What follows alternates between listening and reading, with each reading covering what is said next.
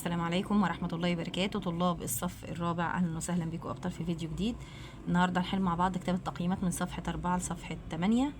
تقييم الأسبوع الأول والثاني إن شاء الله. ما تنسوش اللايك والشير والاشتراك في القناة يا أبطال. يلا بينا. أول حاجة الأداة الصفية. أنت عندك الزمان ذات يوم، المكان المدرسة والبيت، الفكرة الرئيسية، عندك الإخاء، تعلمت المساعدة، الأشخاص، المعلم ويوسف وأمجد. خلاص يا أبطال، دي صفحة 4. هتقول له هنا أحسنت يا يوسف، لم أتوقع هذا التفوق بعد غيابك. هنا هتقول له لحصوله على الدرجات العالية رغم غيابه. هنا هتقول له الإخاء والدعم. هتقول له هنا الصداقة الحقيقية. دي صفحة 4.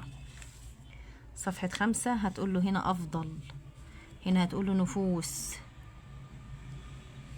هنا هتقول له تجهل عكسها تعلم. تأثير. هنا بتقول لك، هتقول له هنا تجعلنا في أفضل حالتنا وقد تؤذينا. أثر الكلمة على النفس. عندك الفراشات والزهور. هتكتب هنا الفراشات كائنات لطيفة بتحب الزهور، تملأ الحدائق متعددة الألوان. دي كانت صفحة 5. يلا بينا على صفحة 6. صفحة 6 هتقوله يستطيع، يقدر عكس معناه يستطيع، تفرقوا عكسها تجمعوا، حاجز هتقوله جمع مفردها حواجز، أحيان حين. هنا هتقوله اجتهد ستنجح، نحن معك. هتقوله هنا لم يتركوه ولم يلوموه وشجعوه. هنا هتقوله المؤازرة والإيخاء والدعم. هنا هتقوله أنا معك لا عليك، حاول مرة أخرى.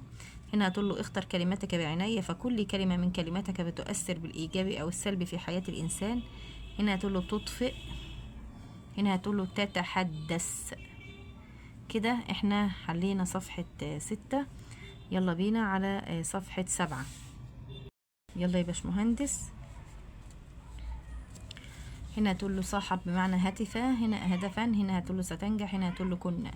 هنا هتقوله تصرف إيجابي محفز وجميل. هنا هتقوله الفسحة. هنا هتقوله زملائه. هنا هتقوله محفزة.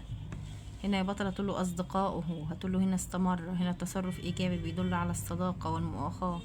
هنا هتقوله هاتفه. هنا هتقوله مرة. هنا هتقوله الأصدقاء، التقسيم بتاعها كده الأصدقاء. هنا تقوله شجعا. هنا تقوله يتدربوا. هنا تقوله ذهبت وفاء مع أسرتها إلى الحديقة صباحا.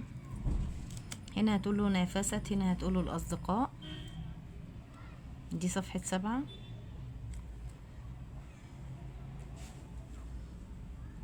يلا بينا على صفحة 8. ما تنسوش يا أبطال تدعمونا بلايك وشير واشتراك في القناة عشان يوصل لكم كل جديد إن شاء الله.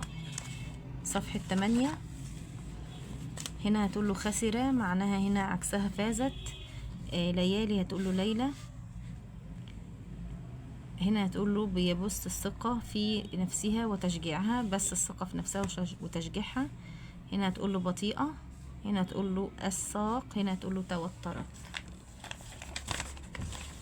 خلاص. الأسبوع التاني من 8 ل11 هتقول له هنا كلمة واحدة. هتقول له اللي هي المفردة، يعني كلمة واحدة، يعني مدرستنا متميزة. هنا هتقول له المعلمات نشيطات.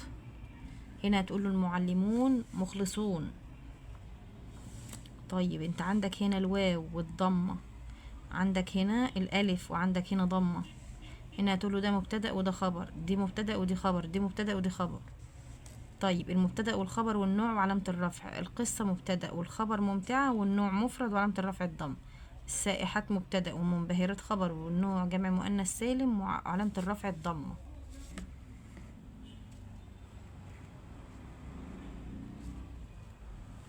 طيب انت عندك برضو الجدول هنا اهو. الجنود مبتدأ وشجعان خبر وعلامة ونوح جمع تكسير وعلامة الرفع الضم. العاملان مبتدأ ومخلصان خبر، ودول مثنى الاتنين وعلامة الرفع الألف لأنهم مثنى. خلاص. دي كانت صفحة 8. يلا بينا على صفحة 9. دي صفحة 9 يا أبطال. الفريق متعاون، مبتدأ وخبر مرفوعين بالضمة. الطلاب أذكياء، عندك مبتدأ وخبر جمع تكسير مرفوعين بالضمة. السائح منبهر، القرارات المتسرعة خطأ. في الترتيب ده ترتيب الجمل اهي. الأداة الصفية، صنف الكلمات الآتية حسب النوع في الجدول. عندك ألف لينة وياء، حتى وإلى وعلى وأبي وعلى. هي أبطال.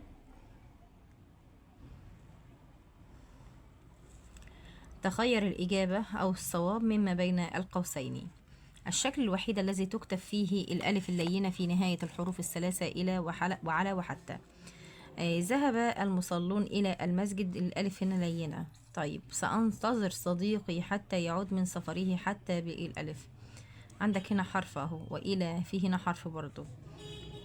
طيب، وأتمنى برضو فيها ألف لينة في العبارة. عندك هنا على ألف لينة. دي كانت صفحة 9. يلا بينا على صفحة 10. صفحة 10 يا بطل بيقولك هنا: استخرج الكلمات الآتية في جمل من إنشائك. أذهب إلى مدرستي غدا. أضع الأطباق على الطاولة. لن أقف حتى أصل. بكلمة أسعد غيري، هنا هتقول له سعادة ومحبة، هنا هتقول له انزعاج وإساءة. خلاص، يبقى الصورة الحلوة دي هتقول له سعادة ومحبة، الصورة التانية هتقول له انزعاج وإساءة. طيب، رتب لتكون قصة. انت عندك الترتيب، أول حاجة اهي، ودي تاني حاجة، والتالتة كانت قدمك تؤلمه، رابع حاجة تأكدنا انه بخير، وايه، والخامسة تجمعنا حول وقلنا انت بخير، انت أقوى. تحدث عن الصورة وارسم جائزة يمكن أن تهديها لهذا الطفل. ارسم بقى، شوف انت عايز تديله ايه هدية. ودي كانت صفحة 10. يلا بينا على صفحة 11. صفحة 11 يا بطل، التقييم الأسبوعي. بيقولك هنا: نهر النيل شريان الحياة في مصر، بيجري في أرضنا، يجلب الخير والنماء، ويتفرع في الدلتا إلى فرعين حتى البحر المتوسط، حتى يزرع المزارعون المحاصيل والفواكه والخضروات. استخرج مبتدأ، تقول له نهر. خبر، هتقول له شريان، مثنى فرعين. جمع مذكر سالم المزارعون، جمع تكسير الفواكه، ألف لينة إلى. يزرع المزارعون المحاصيل والفواكه، اجعل الكلمة اللي تحتها خط مبتدأ، يبقى المزارعون يزرعون المحاصيل والفواكه. هنا مبتدأ هتقول له كلمة المدرسة. خبر هتقول له بيتنا. مثنى هتقول له مكتبان.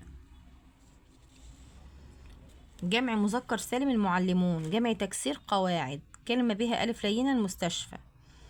يدافع الجندي عن الوطن، يبقى الجنود يدافعون عن الوطن.